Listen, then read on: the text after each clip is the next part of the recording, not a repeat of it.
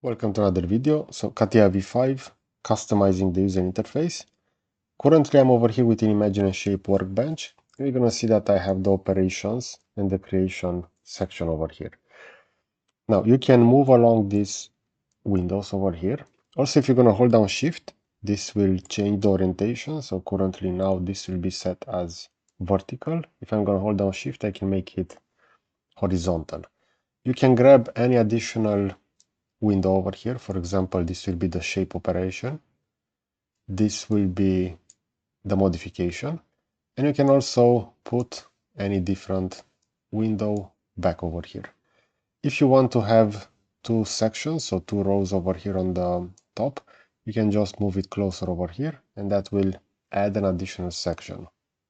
As you can see, we have an additional row. So if you want to have all of those nested within the ribbon, you can easily do so. Now, if you want to swap the workbench, for example, I'm going to swap to part design, you're going to see the part design will be as I left this within the last time I accessed the workbench. So any changes that you're going to make, those will remain active. So if I'm just going to go back within Imagine and Shape, we're going to see that this will be just as I left it over here. If you want to do a reset, you can go within Tools. You can go over here within Customize. And you can search for the workbench and you can have that restored to the default position. So you can go over here within Toolbars. Over here on Standard, you can set Restore Position. So Restore Position of all toolbars, in this case for all the toolbars. And you're going to see that now everything will be nested over here vertically. So depending on the screen resolution, you will have to extract multiple windows. For example, we have the creation one, which I will put it over here. I'm going to keep this initially vertically, so you can see exactly how many features I need to remove. We're going to see that for Imagine and Shape, for this screen resolution, I only had to move 2 of these. So I can now go ahead and reposition those.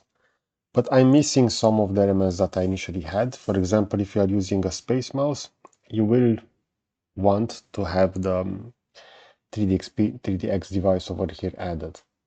Also, you can choose additional workbenches. For example, I usually like to keep graphic properties, and graphic properties will always go over here onto the left top corner.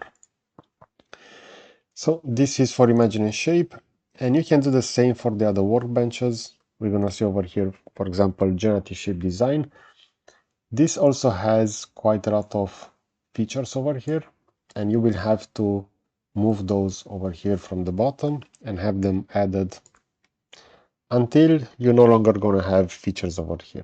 That means that all of the available features will be usually added. If not, you can right click, and depending on your license or other extensions that you have added, you will have the possibility to enable those over here. Okay, so this was an overview regarding how to manage the user interface within CATIA V5.